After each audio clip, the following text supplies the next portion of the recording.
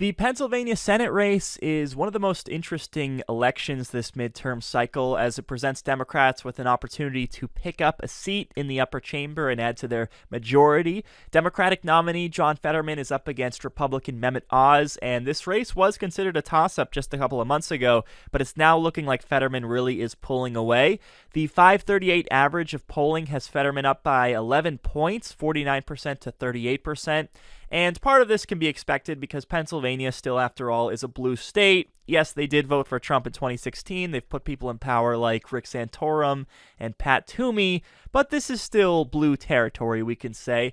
But another part of the reason is that Mehmet Oz, Dr. Oz, he really just seems to be a lot weaker of a candidate than many of us even expected. He's been painted successfully as a carpetbagger because he's from New Jersey. He's been painted as an elitist, which is also true because he has a net worth of about $100 million with 10 houses. More on that later on today's bonus show.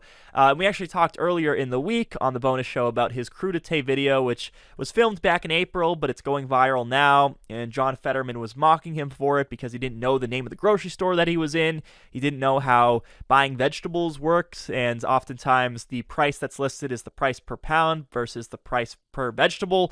So the Fetterman campaign was having a field day trolling him for that. Well, the Oz team is realizing that they have to make up some ground, and they've decided to go on the offense. They did so by releasing an attack ad on John Fetterman, and I don't think it's going to work out too well for them. Let's take a look at the ad.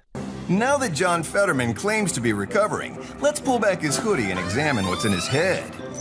Looks like he has some screws loose. What's this?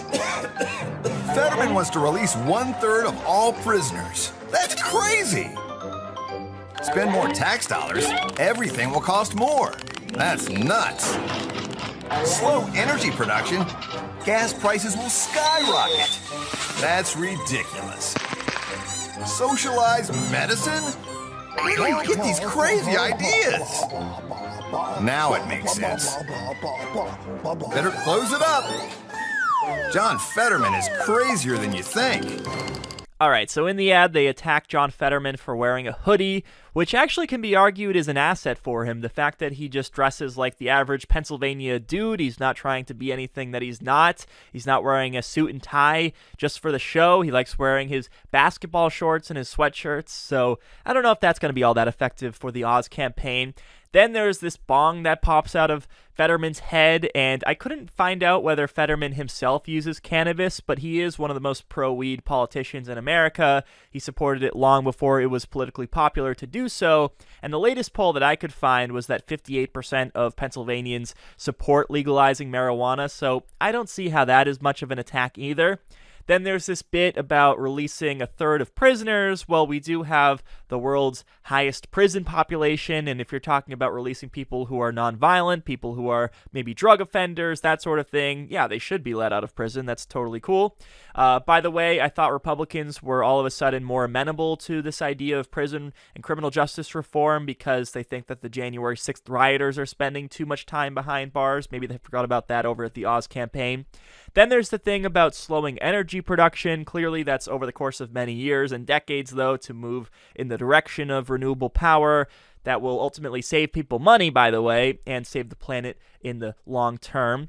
And then they put up the phrase free healthcare being held up on a sign by AOC, which they should have known that they shouldn't have used the term free healthcare or universal healthcare. It would have been much better if they used the term government takeover of healthcare. They said in the ad socialized medicine, but they should have put that on the sign as well because that's the type of phrase that pulls a lot better for Republicans.